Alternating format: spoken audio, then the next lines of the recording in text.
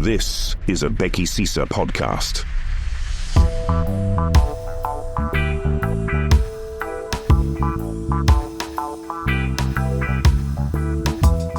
Welcome to Vape Universe, a limited podcast series from the Bhekisisa Center for Health Journalism. I'm Paul McNally.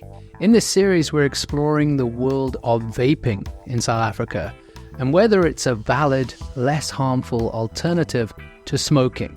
And to start this third and final episode, we are visiting the part of vaping which is considered fun: cloud chasing.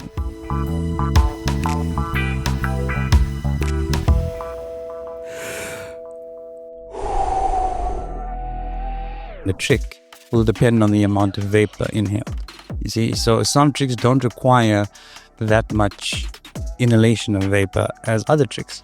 Like if you want to do a huge jellyfish or a huge circle, you'd want a bigger inhalation. This is Shiv Singh from Johannesburg, a vaping artist or cloud chaser who creates shapes like giant jellyfish out of vapor. Glycerine is used to create the vapor. It is increasing my lung capacity. Like not long ago, I blew up an air mattress on my own.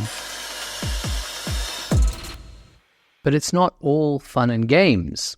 As of August 2023, Global Tobacco Control had identified 132 countries or other jurisdictions that had regulated or banned e-cigarettes. 34 countries have banned the sale of vapes outright, and 88 countries have no minimum age at which e-cigarettes can be bought. Over the years, e-cigarettes have been popularized through vape tricks and, as we've mentioned, cloud chasing, a competitive hobby for some people. In South Africa, there are vape shops in about every mall, as well as vape lounges and even trade fairs. There was a VapeCon in Pretoria in August 2024. Cloud chasing competitors are judged on the distance and density of their vape exhalation. Wow! Spectators of this type of thing call themselves cloud gazers, like Shiv, who's also a bit of a vape connoisseur. My favorite juice is called Tropical Mango. It is stunning. It tastes more like mango does than mango. As more sophisticated devices and a wider variety of e-liquids have become available, Shiv has diversified his love of vape paraphernalia. It's a never-ending journey. Vaping will always be something different that'll come out every day. There'll always be a different kind of juice that's manufactured that you may take over your current favorite juice. You know, it's just that opportunity, and it's very, very, very, very, very nice. Another product that's also expanded into flavors, such as rich, sweet, sun-kissed mango and a tantalizing mix of peach and green grapes, are nicotine pouches. Christina Pitt, who has reported on tobacco for Bhekisisa, explains what these pouches are. They are one of the newer tobacco products in South Africa that kind of resemble a snus or snuff. So it's basically this tiny pouch that's filled with nicotine, powder, and flavorings. And that's placed between the lip and the gum. And in that way, people get the full effects of smoking a cigarette, but it's more convenient and it's more discreet. Nicotine pouches have become so popular that almost 7 billion were sold worldwide in 2021. A tin of 15 pouches costs about 80 Rand, or $4. They've managed to sidestep regulations and don't fall under the definition of tobacco products. Nicotine pouches are technically not tobacco products in some countries because the nicotine used in those products is created in a lab. It doesn't come from the tobacco plant. They've kind of convinced people that it's harmless, but we do know that nicotine actually is harmful and addictive, especially for young people. It can affect their brain development.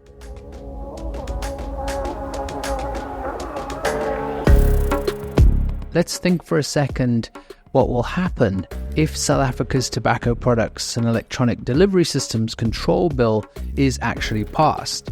This is a piece of legislation that is intended to protect young people. And one way is to prohibit the sale of vapes to children. Apart from making public spaces smoke-free, the bill will ban all tobacco advertising, promotion, and sponsorship. Tobacco products won't be displayed anymore at till points and will have to be packaged in plain wrapping. So they won't even be able to promote the products on their own packaging. We have seen this type of promotion control in other countries to good effect, though I kind of feel if you are at the stage where a product can't even promote itself on its own packaging, then you should just ban the product outright. Regardless, the targeting of children is the more important issue here. Zanele Mtembu from Protect Our Next, which champions support for the tobacco control bill, believes children are being deliberately targeted. Let's look at the intentions. Why is the industry, the electronic cigarette companies, adding those flavors? They are adding those flavors precisely to attract young people. The evidence, qualitative studies that have been conducted, they are revealing that young people are saying they are buying these products because they're healthy. And when you ask them, why do you think e-cigarettes are healthy? Oh, because they've got flavors, fruity flavors, bubblegum, strawberry, watermelon, all the fruits are healthy. So you can see the deceit and misleading by the industry.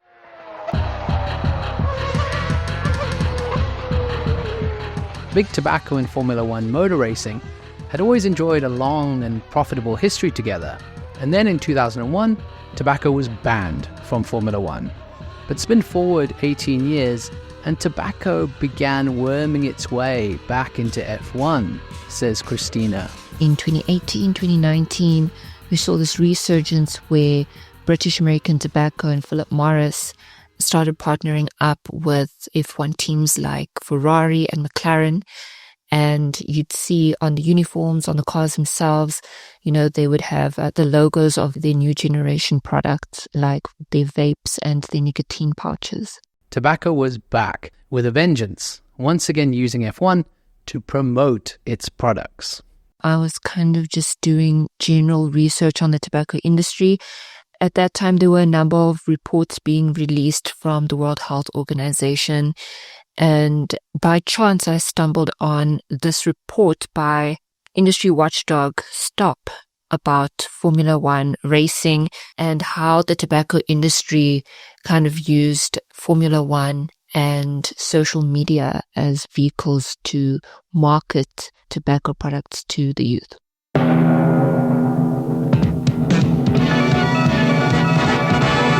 Get the flavor of this big wide world. Feel the excitement from the Florida Keys to laissez-faire Greece. Peter Stuyvesant, the international passport to smoking pleasure. And those old adverts were only seen occasionally by kids. I was one of them when they went to the cinema. But with social media, the reach can be astronomical.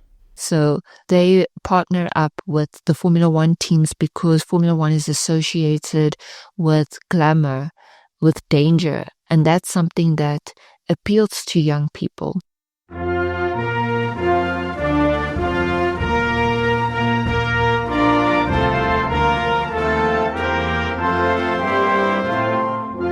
Let's travel now to Australia, where they are said to have the world's toughest vape laws. On July the 1st, 2024, Australia banned the sale of vaping accessories and devices outside pharmacies, but there has been considerable pushback. Despite the ban, convenience stores and tobacconists in cities like Melbourne, Sydney, and Adelaide are still selling, often in secret. Penalties include fines of up to $2 million and jail time. The Pharmaceutical Society of Australia warned about consumer confusion as vapes will continue to be sold over the counter in pharmacies for medical or therapeutic purposes. The question is, if vapes are banned or become less socially acceptable, then will a host of people go back to smoking?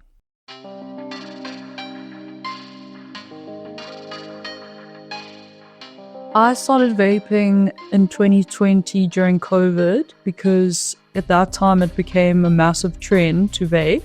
I had no interest in smoking, but I think the trend and everyone was doing it, so I kind of jumped onto that bandwagon, not realizing how addictive it would be. This is Emily. She's 25 and she started vaping a few years ago. As a young woman in today's society, the pressure to look a certain way can definitely get to you. And I did research and found that the nicotine in the vapes has an effect on your appetite and can decrease your appetite. And that definitely, in all honesty, did appeal to me. Now she says it's an addiction she just cannot escape. I definitely use it as an emotional crutch. Whenever I'm feeling intense negative emotions, it seems to have, that little hit of, I don't know what it is, but I'm reaching for my vape when I'm stressed, when I'm sad, when I'm unhappy, and it kind of takes the edge off. And there are some physical effects that she just can't ignore. I have noticed that different types of vapes can have like a worse effect on me. So because I've been vaping for so long now, I know which ones aren't as hectic, but there'll be times when I'll be sitting down working and my heart rate's not even high, and I'll take a drag of a vape and my heart rate increases and you do feel a little bit out of breath. Maybe I'm choosing not to see the long-term effect that it is eventually going to have, just because I'm constantly surrounded by it, so it makes it 10 times harder to stop. Policy change may be the only way to control the vaping industry at this point. Cigarette smoking has been reduced over the past 30 years in this way. In South Africa in 1993, the Tobacco Products Control Act restricted smoking in public places and regulated the advertising of tobacco products. Around 1993, we had about 32% of people using tobacco, and that dropped to about 23% in the early 2000s. And currently we have about 20%, so from tobacco taxation increases and things like health warnings on packs. Sharon Nyatsanza from the National Council Against Smoking is quoting the 2021 Global Adult Tobacco Survey that indicated that 23.9% of South Africans smoked cigarettes in 2021. As mentioned in episode 1 of this series, that's about 11 million people over the age of 15. The challenge now is to stop more people from taking up nicotine through vaping. The Treasury has imposed a tax on vapor products. Under the current tax of R2.90 per milliliter, a 3 milliliter vape called an Ayres Pops is subject to an excise tax of R8.70 plus 15% VAT, so that's R1.31, which would increase the price of a unit from 95 Rand to 105 Rand and 1 cent. The aim of this is to stop smokers using them. But who should we believe as to what's the lesser of the smoking evils?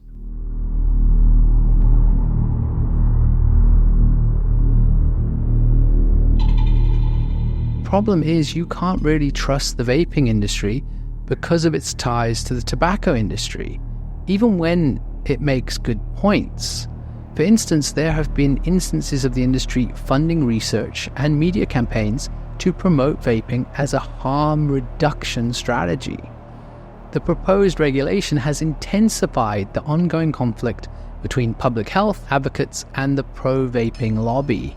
The Tobacco Products and Electronic Delivery Systems Control Bill will treat all smoking products, including traditional cigarettes, heated tobacco products, and e-cigarettes, equally.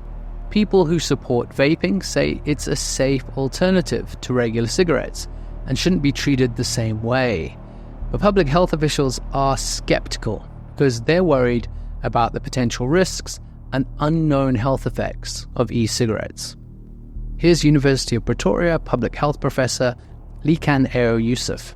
When a smoker quits smoking, the quickest benefit they get is from the cardiovascular health risk, followed by cancer. But cardiovascular risk comes from high dose of nicotine. If you move from smoking to nothing, your cancer risk comes back to zero. For e-cigarette, what we know for sure, you would immediately get exposed to less amount of toxins, particularly those that come from combustion, but you don't get less nicotine.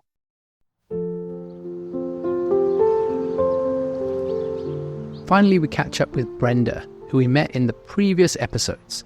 She has been at a program for 6 weeks where she is trying to give up vaping and smoking. The crazy part was that they asked her to start smoking again, to give up vaping, and then boot smoking after that. To do this, they introduced different tactics for her to follow. They asked her to hold her cigarette differently, between her middle fingers or in her left hand, or smoke at a different time of day, and to smoke different brands. And amazingly, this convoluted strategy worked. It's about breaking habits and reducing triggers, Brenda says. She is now completely clean. No vaping, no smoking cigarettes. And besides being good for her health, being clean is also saving her money. It's not cheap. In fact, to tell you quite honestly, I'm saving 2,400 Rand a month. She's able to be a healthy grandmother and not suffer any guilt. While it may have worked for Brenda, will it work for anyone else?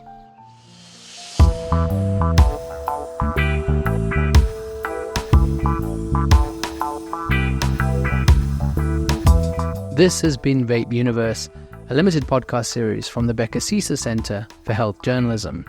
I'm Paul McNally. Sound production was by Danny Boyson. Thank you so much for listening to this series. Goodbye. That was a Bhekisisa podcast.